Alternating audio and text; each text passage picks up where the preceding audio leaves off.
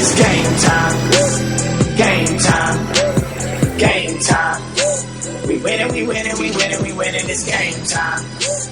Game time. Welcome back to Game Time Greatness, Season 11, Episode 6. I'm your host, Jake Vassar. And with me is... M. Bakes, here tagging along for the ride, GG6 champ. Here with my favorite second place buddy. So he's never going to live that down. Unnecessary cheap shot. Mike, why don't we go ahead and jump into it? Recap of Week 11. Absolutely. I would love nothing more.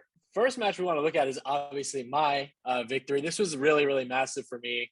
I was on a stiff 4-loss streak before this. I beat out CC 131 to 120, which was kind of massive. I had all the Rams players on bye. I had no Stafford, Higbee, Javonte Williams was out. CC was so kind. He had Dak play and give me 2 points. It was very kind of him to be so generous. So Justin Jefferson pulling out 37 points was pretty nice. Won't complain about that. And so it was a very, very nice win. Kind of right the ship, hopefully, as we move into the later stages of this season. Yeah, JJF getting 37 is huge, especially because I've tried to trade for him like a million times. So I'm sure I'm not the only one. So that's really good to see. Next matchup, we have Brandon beating Ethan 130 to 109. Also, I'm going to be coughing a bunch during this podcast, so sorry. I can feel one coming. Anyway, Brandon won. This was a must win for Brandon. I wouldn't so much call it a win for Brandon. It was more just a loss for Ethan. He started 3 tight ends, Cole Bennett style, and the only one that popped off was on his bench, Zach Ertz, getting 28. He would have won if he started Zach Ertz. He also, before the week, so he's been bragging about his all-time management, he had 3 quarterbacks on his roster and 4 tight ends. So that is one I've never seen, and I don't think I'll ever see that one again. And then for Brandon's side, Hurts consistently being a quarterback 1. That's a shock to me.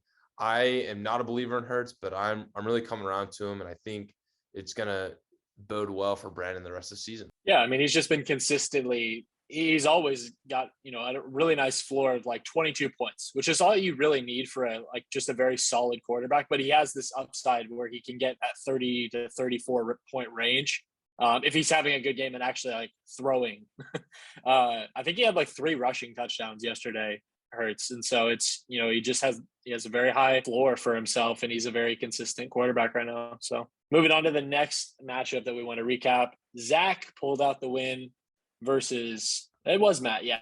So this ended up just being Eckler versus Jonathan Taylor fist fight.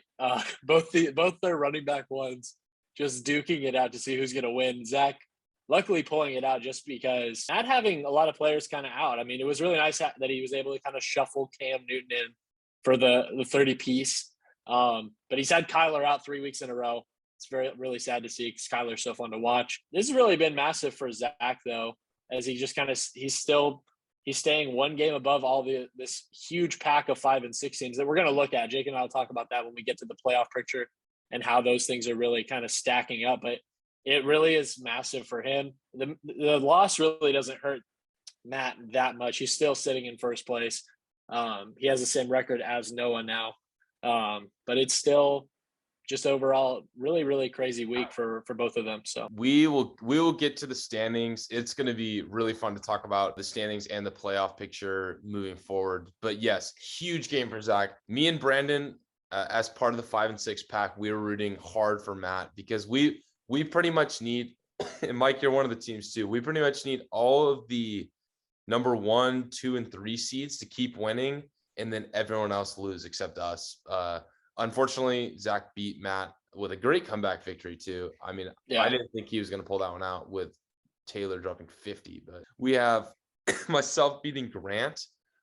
Again, huge playoff picture game. I just want to say, since I'm knocking on wood now, but I have risen from 12th to 5th. And I am the leader of the 5 and 6 teams. Also, my record of 5 and 6 isn't that good. I could very well be 10th. But I'll take it. Kamara's been out for 2 weeks, which stinks. But Devonta Freeman has really stepped up, and Chubb. So I just want to quick shout out to Noah. So Chubb had COVID last week, and Noah said, without a Chubb, it'll be hard for Jake to win. luckily, I did have a Chubb this week, and it was still hard to win. Thankfully, Debo kind of went off. So also, think about Debo. He needs the wide receiver running back designation, like Cordell Patterson. He took 8 carries this week. He had 79 yards and a touchdown on the ground, only 1 catch. So I would like that flexibility. Also, Falcons came up huge, dropping a goose on Thursday Night Football, leading my Patriots to 28 points with some, like, I think I had 10 points garbage time, which was essentially the difference between me and Grant. So that was very nice. And then Saquon and Brady just couldn't close the gap of 49 points on Monday Night Football. So huge win again. I'm really happy. I was really scared. I didn't watch football last night. I was like, you know what? I'm not going to bring that emotional toll on myself. So yeah, I know Grant. I was talking to him Saturday night. We were at a Friendsgiving thing together, and he was just kind of shrugging, like, yeah, his defense got 28 points. That's not a great way to start the week. Definitely was a tough look and made it very difficult, as he's like watching everything Saturday or Sunday and then Monday night too. But yeah, it was definitely crazy to kind of see how that's going to kind of shake up for y'all. So moving on, we have Cole. He pulled out the win versus Holmes. Not a whole lot to say about this matchup. It's really kind of nice to see Cole's team pull out 150 despite Hunter. Henry's been out. Derrick Henry's been out for a couple weeks now. Ridley's been very, off the radar. He's not playing at all even. And he's still just been able to put up points and find ways to win. He has Elijah Moore just dropping 27 in a game, like casually. It's fine. Rodgers dropped 41. He has these guys that do step up to the plate when he really does need it. And he put away Holmes. Holmes is really just fighting to stay out of the toilet bowl. Colin has decided he wants that one all for himself. So we'll see how that shakes out as those two kind of play for it. But definitely we'll see if Holmes can kind of squeak back into the playoff picture, but it's looking kind of bleak at this point. So yeah, bummer that I dropped Elijah Moore a couple weeks ago, because ever since I dropped him, Cole picked him up and he's been a beast. And that's a one big shift that we've had from this year to last is the Jets actually have fantasy relevant players this year.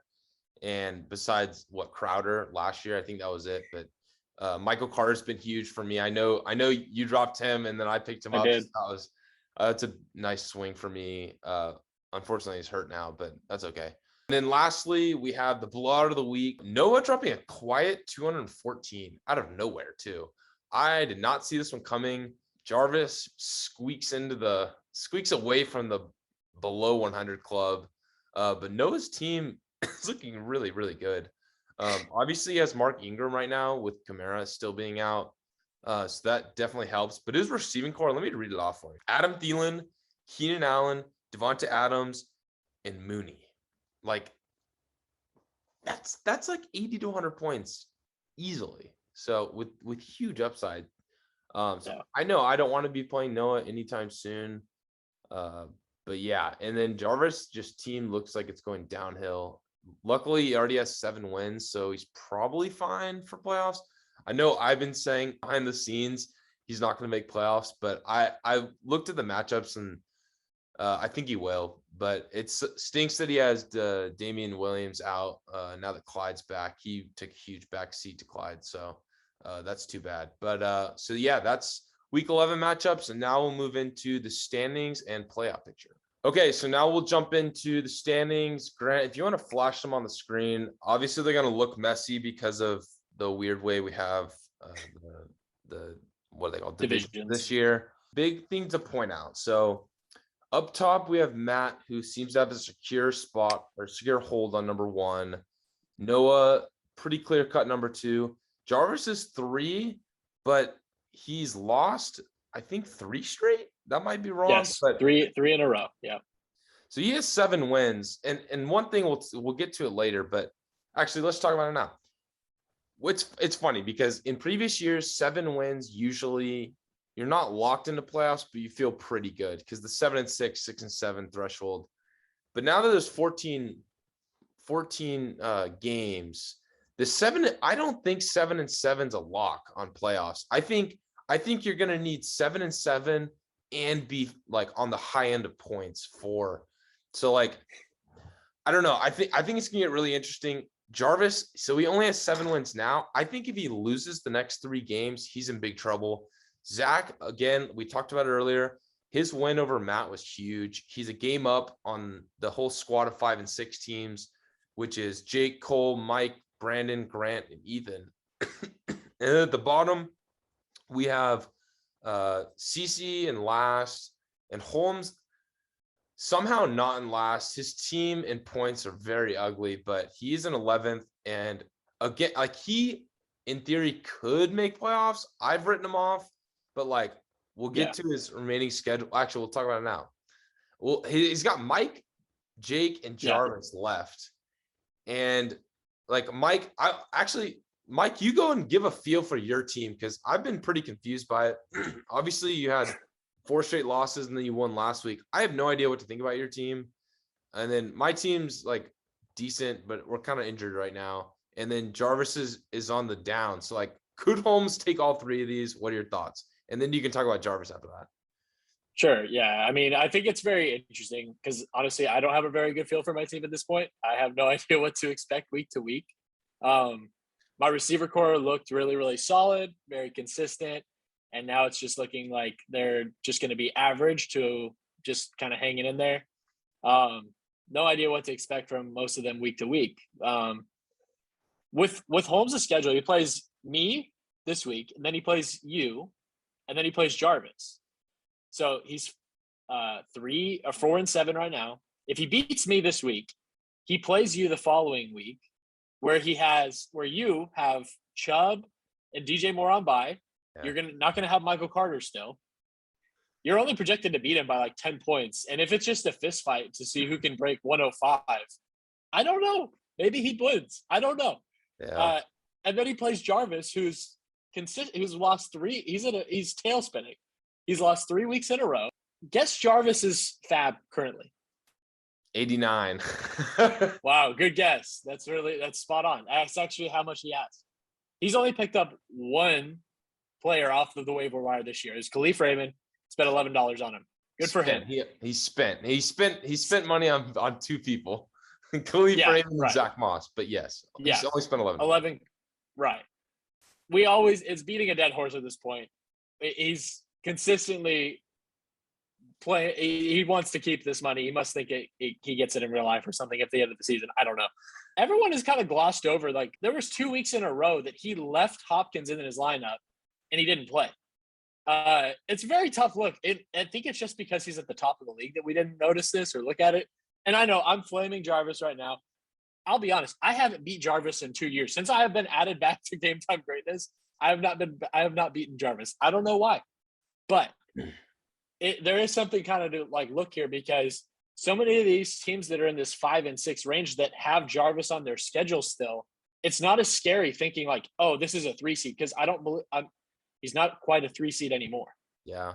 I just think it's funny. How does he consistently start off so hot on the season and then always spiral out of control? I mean, yeah, it's a really good point about the transactions in Fab. It's funny too, but yeah. So we'll go straight into it. So like, who does Jarvis have to play remaining? He has to play me, Matt, and Holmes. I said it. I think he can go 0-30 here, and that would be absolute trouble. But aside from that, let's just go to the 5 and 6 like squad. So we'll talk about the remaining schedule and like potential hiccups. So I'm at the 5 seed, and I have Jarvis, Holmes, and Matt remaining. I would say it's pretty easy remaining schedule. Obviously, Matt week 14 is brutal. But thankfully he does have Jonathan Taylor and Pittman on bye, which I didn't know was going to be such a big help like week 1 at the beginning of the season. But like that's huge to not have to play Jonathan Taylor. I still don't think I'm going to win that game, but I think I'm okay if I beat Jarvis and Holmes. But Mike did bring up a good point earlier when we were talking. My matchup with Holmes is actually going to be a rock fight. He already said it, but DJ Moore and Chubb on bye. Carter hurt. Like I'll be filling roster spots, And if I can't break probably 130, I don't think I can feel confident about that game. So, so the 5 and 6 teams, they essentially need 2 wins and lots of points. And if they don't have lots of points, they need to win out. So I honestly, I don't want to jinx myself, but I think I'm okay. Yeah. So we'll move on to Cole. Remaining, he has Noah, Mike, and CC. Talked about your team, Mike. I think he's gonna lose to Noah. CC is probably a win. So like his season is really gonna come down to next week, not next week, but week 13 against Mike. That'll be interesting to watch. Again, likely a 7 and 7 team, but he does have a chance to drop to 6 and 8. And then at number 7, we have Mike. He's ahead of Brandon by 0.04 points right now. So yeah, you definitely can lose ground there with one bad week, which is unfortunate. But you have Holmes, Cole, and Grant. So you really just have to earn your way in. Like the path is there. You could easily go 3-0, and you could also really struggle with Cole and Grant. So like, how are you feeling having to play Cole and Grant the final 2 weeks? That's the thing, is like looking at all these 5 and 6 teams and seeing like who else, like all the other teams, like who they have to play. Like I feel a little bit more confident in mine. Like sure, the Grant and Cole it's still going to be 50-50. Like you made the point. Each team from the rest of the way on out has to earn their keep. They have to like show that they actually deserve the win. And it's going to be best team gets it. Like it's so hard to predict who's actually going to come out on top in any of these games. This far out, I haven't looked at buys. I'm pretty much through the thick of it as far as most of my players go. This week I have a couple of people on buy, but after that, I don't have really anyone else major that's going to be out. And it's nice. It is nice. I mean, they were all pretty early on, and I've obviously I lost 4 weeks in a row before this win this week. So I feel fine about it. Like I feel like I have a fair shot, and I will be completely content with the results whichever way they go. And so, but like I look at other people in this little pocket of teams, again, just listing them. It's Jake, Cole, me, Brandon, Grant, and Ethan. Like looking at Brandon's schedule, like I said, I'm 0.04 points ahead of him. He plays Matt, Grant, and Zach. He has a much harder schedule, a much harder road to get in. Like those are 3 actual games. He has no cupcakes in there. He actually has to win all 3 of these games, especially this week against Matt. Like that's terrible. It makes me feel a little bit more confident in my kind of path and what I'm looking at. So, but yeah, I mean, I think it'll come down to the next couple weeks, obviously, and we'll just kind of see how things shake out. Mike just said it. Brandon, I think Matt's probably a loss. Grant and Zach, he's got to earn his way in. And I think if he can be 7 and 7, I think he's a team that makes it. 9 seed Grant, he has Ethan, Brandon, Mike. Again, not easy. Like he has to play a 5 and 6 team every week. And I don't think he has room to lose one of those because his points aren't really there. So I think Grant needs to win out. I think it's going to be tough. We'll get to his matchup with Ethan later, but yeah, it's tough. And then Ethan, he's got to play Grant, CC, and Noah. If he needs to win 2 of these, it's going to be probably Grant and CC. But I don't think 7 and 7, the points is going to get him in. So that's the thing with Ethan is he has to win convincingly just because he has the least amount of points of all these 5 and 6 teams. Obviously, that's why he's the 10th seed. But he's about 50 points below Grant. And so I mean it's a lot of ground to cover in just a few weeks, and his team has not been shown that he's not dropping 180. He's getting all these wins by 10 to 15 points most of the time. Yeah. He's not like popping off really. So he has to win convincingly if he is going to get that spot. So let's like make our playoff picture. And so I think unanimous, we have Matt at the 1 seed, 2 probably Noah. And then from there, to me, it's an open field. Lots of Jarvis is also a lock, but so I'll build out mine and then you can go. So I do have Jarvis probably at like a 6 seed. And then at the 3 seed, I don't know. I think I'll take Zach. I think Zach's gonna be the 3 seed. I think I'll be the 4 seed, Brandon the 5 seed, and Jarvis the 6 seed. So Mike, that puts you narrowly out. But I do want to point out my weeks or before week 8, I made playoff predictions. I have a whole like notes thing in my phone, and I'm keeping track of like what I'm thinking. Week 8, I said Matt, Noah, Jarvis, Mike, Jake, and Brandon. And this is when I was 2-5 and Brandon was 3-4. So kind of cool to kind of see that come to fruition, but like obviously it's not. There's a lot of stuff that has to happen. But yeah, so who do you have in your final 4 spots of playoffs? Yeah, I mean Matt and Noah, they pretty much got it locked down. Honestly, I don't see. I know Jarvis's record is there. I just don't see it coming through necessarily, just because of the points. Like it's been so low these last 3 weeks when he has lost. He's only 10 points ahead of most of these 5 and 6 teams. And he's 200 points less than you even. Yeah. So if his record slips to where it's at that 7-7 range, he's not gonna make it in. So I think Jarvis is out in my book. I would say Zach and you and Cole and me. Cole. I think Cole can get it. It's tough because he plays me, but if he beats Noah, which I think this week, it'll be tough. But if his team is consistently putting up numbers like they are, it's kind of a long shot. But it's actually not. I definitely forgot about Cole. I think Cole could sneak in there. I think Brandon.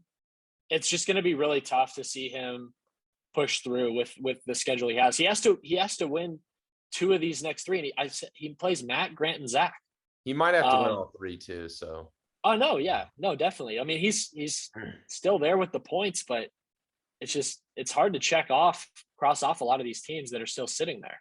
I feel confident about you just because your schedule is really, really favorable. And my points there. I don't necessarily have to win all 4 or all 3. No, yeah, you need to. If you go 2-1, if you go 2-1, you should be fine. Let's talk about matchup predictions. We'll start off with Brandon and Matt. I mean, we've already talked about it enough, but it's a must win for Brandon. Matt can afford a loss, but like he has his Rams back. He has his Colts playing. Right. So like I think Matt's in a good position to win this one. Fantasy wise, like Brandon losing helps me a lot, but I really do want him to win. And for that reason, I'm going to take Matt to win this one. Brandon will thank me later. Anytime I'm rooting for Brandon or the Packers, they lose. So I'm rooting for Matt. Who do you have? I'm definitely jumping in the same boat. I trust Matt's team a lot more to just. I mean, even with Cooper Kupp on bye and all these people out, he still scores 150. His team he's almost at 2,000 points this year. Yeah. It's a ridiculous amount of points, and he's showing why he's the number 1 seed. He's head and shoulders above a lot of these other teams right now, and I think Matt will win. So, yeah, we'll take a quick aside. I sent a graphic out to the group message earlier today. Matt's on pace to break the all-time record for points for. He's currently 5 points above the next best average, which was me in 2016. Also interesting. No 0.4 leader has ever won at all. So we'll have to watch Matt, see if he can do that. I'm sure he'll get a bye, so that definitely increases his odds. But best, and it's happened 3 times, is the 0.4 leader to get second. So yeah, that'll be fun. But anyway, all right, next matchup. Let's do Zach and CC. I'm on record saying CC's season's done. I think he knows it. He's kind of given up. And Zach's also in must-win territory. He has a little wiggle room because he is 6-5. But if CC wins, like it'll get pretty interesting. But yeah, CC doesn't have Kelsey this week, so I think there's no chance. I think Zach wins in the blowout of the week. Do you have any? You probably agree with that one. After having conversations with Colin Christian in person while we were rock climbing, he feels very bleak, very hopeless on that side of the river. He's kind of given up on the year. Dak dropping 2 points and costing him the win versus me. It's tough. I mean, he's lost 6 in a row. It's pretty tough. Think about it. He was 3-2, and now he is 3-8. It's not ideal. I definitely don't, and especially this week. there's no reason to even check, and look at other ways. I think Zach's going to pull it out. So yeah, I think the biggest win CC can have this season is not getting last. I think honestly, I think that's a realistic goal for him. So next matchup is Cole versus Noah. Again, must win game for Cole. Definitely in the playoff hunt. And he has kind of a sneaky, scary team with Roger Swift. Kittle's been good. I mean, Noah's team is so hot right now. After scoring 214, I think he keeps rolling. I also want Cole to lose, so I'm going to take Noah. Yeah, one thing that we kind of skipped over, but like division play, I know it's funny because you're 0-5 in division play. Noah's 5-0. And I don't think that's going to skip. I don't think that's going to miss here. I know I'm just piggybacking off of your picks and I'm just choosing the same, but like it makes sense. I don't think Cole is going to beat Noah here. Yeah. Thank goodness playoffs aren't decided by division games because I am a 0-5. Yeah. Fingers crossed I beat Jarvis, but that's embarrassing. I knew my division was going to be good, but I did not expect to go 0-5. And that it just really hurts, to be honest. Okay, next, Mike versus Holmes. So Mike's coming out his first win after a very bad mid-season rally. Holmes, all right, I got to say something nice about Holmes. His season's actually really surprised me. The fact that he has 4 wins is like amazing. It really is. Like he's amazing.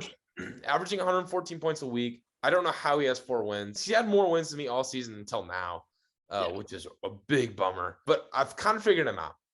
His teams are always going to start slow because he drafts so many rookies. But at the end of the season, he starts to pick up wins. I mean, I know he hasn't really won. I don't think he won last week, but his team is looking better and it's looking scarier. So I will give him credit there. He has the patience to endure like an 0-6 start, maybe. I think that's his thing. Like he won't end last because at the end of the year, his teams get hot because he has so many rookies. But he has to fight through the first couple of weeks because that's tough. And yeah, I'm pretty scared of playing him week 13. Again, the rookies, if they come up big, if Pitts goes off against me, I'm gonna be really, really sad. I've probably sent Holmes like 4 different trades that were all like pretty good over the season to get Pitts, but he never took them. So he's sticking with his guy for sure. Yeah, all that to say, I'm still going on for Mike. His playoff hopes are alive and well. That's all I needed to hear was that they are still there. Yeah, I know Holmes does have these weeks. I think it was Ethan he beat. I should have checked this before, but yes. I know he lost this last week, but he beat Ethan week before last. He scored like 150. He's beat kind of out of nowhere. He beat Ethan twice.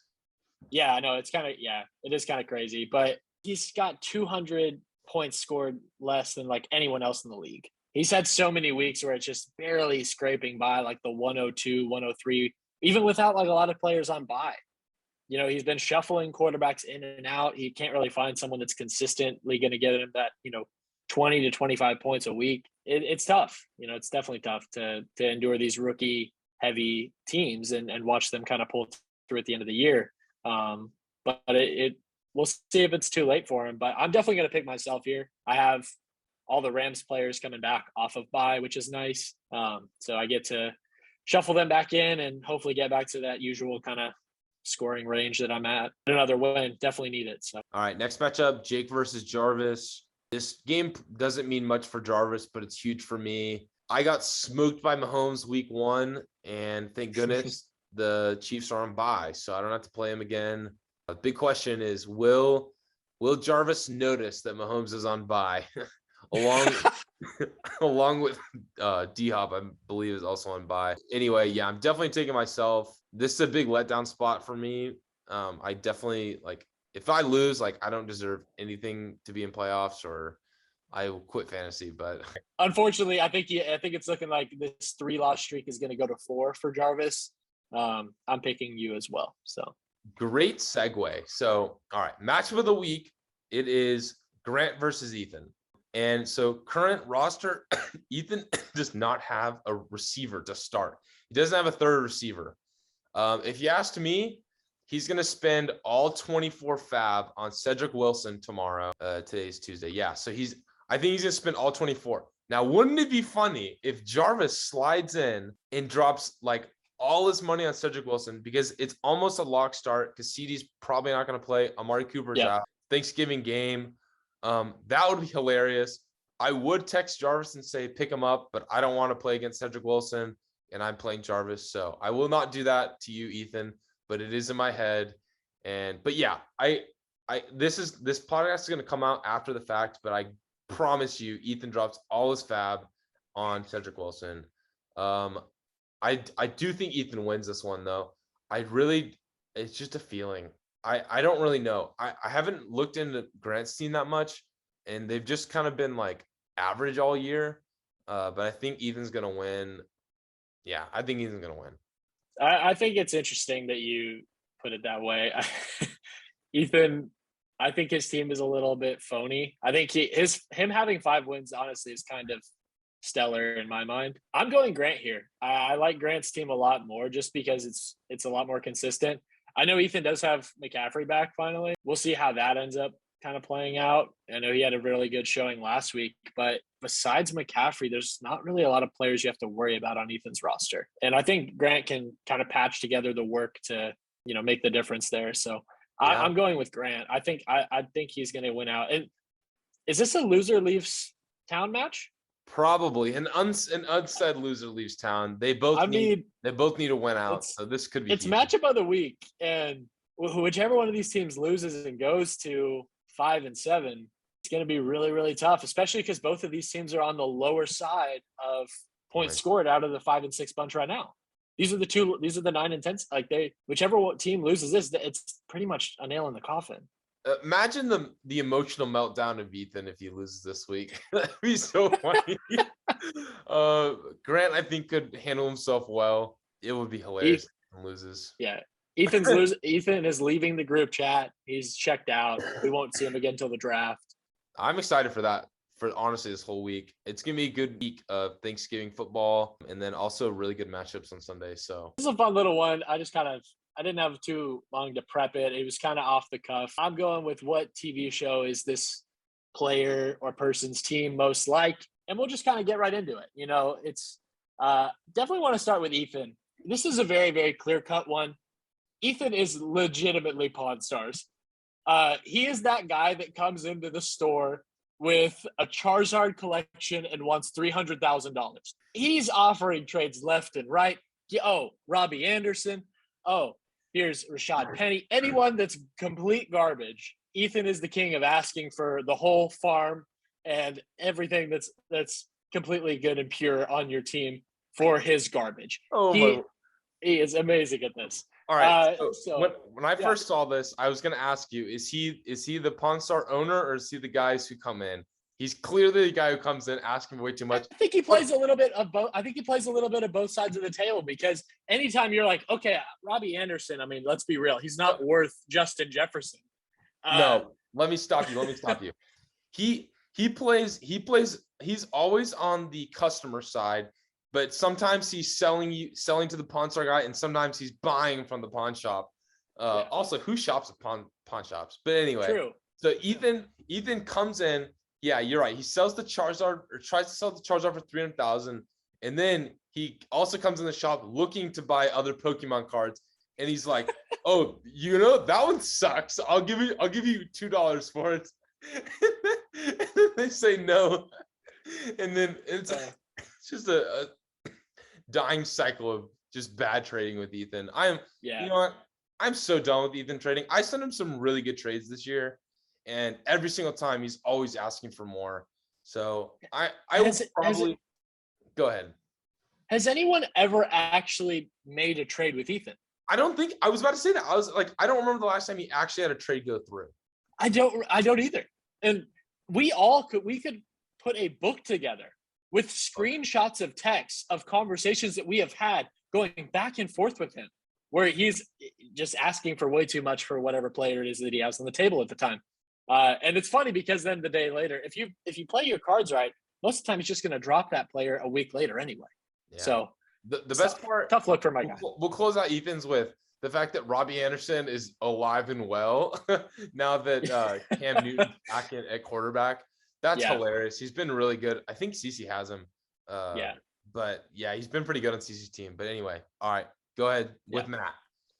Yeah, I thought Matt fits really well with Ted Lasso. Not just because of the mustache, but it's kind of coming up and popping. Matt's team is on fire this season, just really electric. And Ted Lasso, everyone loves Ted Lasso. Who doesn't like Matt's team? There are a lot of other people in the league that I wish were not in first, and I'm very thankful that Matt has it because I like Matt. He's a good guy. It's good. You just feel really good around him. So that's why I went with Ted Lasso there. I think it's a good fit for how he's handled himself this season and just really good vibes. So keep it up, Matt. We'll see what happens. I did text Matt early in the season. I told him I would see him in the championship. That was after I beat him in week 2 because I believed he and I had the 2 best teams. I'm thankful to see that at least half of that prediction was right. So, all right, with CC. CC, you are the Jerry Springer show. Everything is just flying off the walls. Nobody's really watched what's happening down there in a minute, but we always know what to expect. It's very, very, very low quality.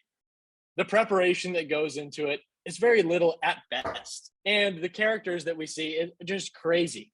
You know, he's like, oh, Carlos Hyde, I definitely need to shovel him in. He hasn't got a rushing attempt in 2 weeks. It's definitely tough. But, you know, it's always kind of fun to watch the ship sink, you know, week to week. It's like, oh, what's going on with Collins' team? Oh, man, Dak had 2 points that he lost. That's really sad. But you just can't help yourself from not watching. That's Colin Christian and the Jerry Springer show. Do you have anything to add? No, that one made me laugh really hard. Just any late night show is a train wreck, and Commander CC2 is really funny. Moving on, Zach. I went with Seinfeld. Seinfeld's kind of underrated. I'm never gonna go out of my way to like binge watch like season to season, but you kind of forget that it's good. It's definitely like B tier. People, it's definitely respected. It's like, oh, like Seinfeld, like, you know, it's fine. But it's never going to be A tier. It's never going to be as great as it used to be or like where it really like matching that kind of potential I think that it ever had. And I feel like that's the same way with Zach's teams. We looked at the beginning of the year after the draft, who were the 2 teams that we said were amazing? It was Zach and Ethan just because they had really great keepers and they had really high draft picks. And Zach's team has been good, but it's definitely had ups and downs. He's sitting at 6 and 5, so right ahead of all the 5 and 6 teams. But he does have room to slip up. He has to play very, very correctly the next few weeks to actually make the most of his opportunity here. I do think he'll make playoffs, but we'll see if it ends up being kind of like last year where he makes playoffs, he makes it in, but he loses in the first round. Moving on to Grant. Grant, we got to give you full house. We got the good, heartfelt, feel-good vibes. It's kind of similar to what we said with Zach. It's just never going to knock your socks off, but it's never not on TV.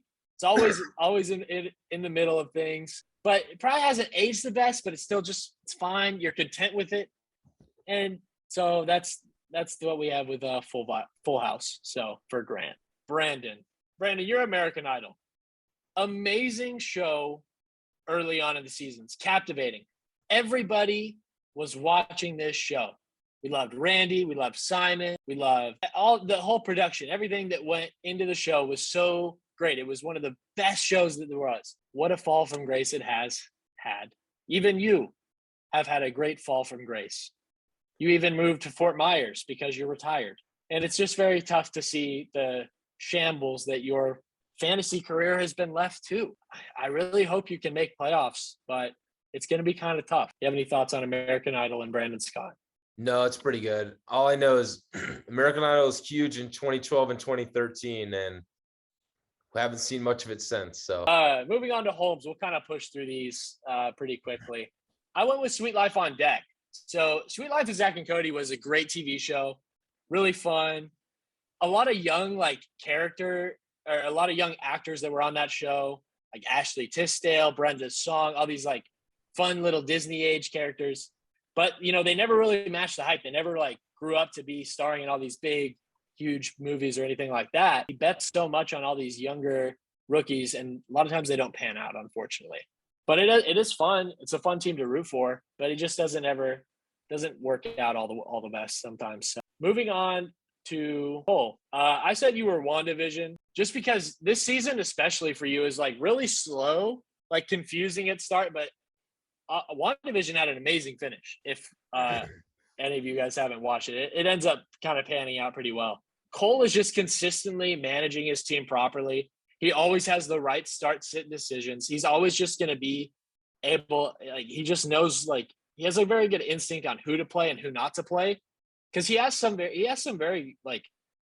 has a very empty bench that has very low points scored. And everyone that he plays always does pretty much the best that they possibly could have done week to week. And that's why he has 5 of these wins, even though he had a pretty rough start to the season. All right, moving on to Jarvis. Jarvis, you are Breaking Bad. When Breaking Bad was in the prime, when it was debuting week to week, everyone was so excited. All the fan bases loved watching Breaking Bad. It was primetime entertainment. You never knew what to expect. It was always kind of nasty, though. You had that really nasty feel like you just needed a shower after you watched an episode. You just feel kind of just gross. He's still 7-4. You still have to give him credit for handling himself really well at the beginning of this season. He had the lowest draft grade of everyone at the beginning after the draft, and he still is at 7-4. His team has been very good. I think he's been in the 200-point club this year already. It's just he needs to pick it up to balance it out this last half so that he can secure a spot in playoffs. And I still think he can definitely do that. I like this one. I do think it's a little too nice. Like, Breaking Bad's a great show. Jarvis is definitely. I would say Breaking Bad's like probably top 10 show of all time. This is coming from someone who doesn't watch any TV, but I just want to say it. And I would not say Jarvis is top 6 in the league. But you're right. You have good points. His record is 7-4. He's never terrible. He's always starts good, finishes bad. It's pretty consistent. So Noah, I said you were The Office. Obviously one of the greatest shows of all time. You're consistently in the top of the league. I like your team probably the best out of everyone in the league right now, even probably as much as Matt, if not a little bit more. I said that because of just the pure, in a healthy way, you're a healthy level of toxic for the league. Name changing each week, depending your opponent, is very good level of troll. And I think that it kind of matches well with like fans of The Office specifically, because if you run into like someone who's a diehard Office fan who like thinks it's the greatest show of all time, and they will die on that hill. When they have a conversation with someone who's like, I just don't think The Office is that funny, they will turn into just a 20-minute rant on why this show is so great. And I think Noah fits the same way, because he's so confident and passionate about his team. He wants to make sure that he actually like upholds that standard. And he wants to make sure, like, okay, Jarvis, I'm playing you this week. You haven't played Hopkins in 2 weeks. Please set your lineup. Like, I'm just going to get these little jabs in. I'm going to show you why I'm better than you, why, I deserve to be at the top, and why I'm consistently there. And he has the room to flex. He can do that because he's always been pretty solid at the top. So, yeah, absolutely. Again, I think The Office is a little too nice because everyone loves The Office, but not everyone loves Noah.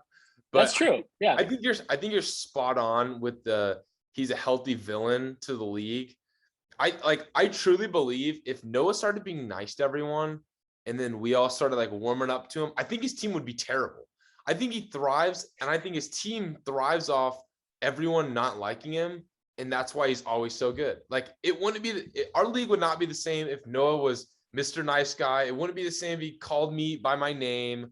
It wouldn't be the same if people liked Noah. So I love that pick. And then you can go ahead and hit me with the last one. Yeah, for the last one I saved for you, I said Creek. Pretty underrated show. It's fine. It's pretty funny. But I think like it's kind of tailed off, and it's just not like I think as many people are watching it anymore. And it's kind of sad because it never really like reached its full potential. It never really like blossomed to the point where it was like, oh wow, this could like rival the Office or Parks and Rec or Arrested Development. Like, it feels like it was trying to break into that top tier of shows, and it's not going to get there. But on the other hand, Ted Lasso, things like that, like they definitely are going to get there. So it's kind of tough look. But I said that was you because it feels like you've had consistently like high-end finishes, really good teams the last couple of years, especially this year or in, GG6. And you just weren't able to kind of capitalize on the opportunity that you were given and make the most of it. And so you just kind of end up staying kind of middle of the pack. So that's why I think your team is Creek. Yeah, that's fair. I don't like it, but that's fair. So that's all we have for this week's podcast. Thank you guys for listening. Like, subscribe in the bottom left-hand corner. Happy Thanksgiving.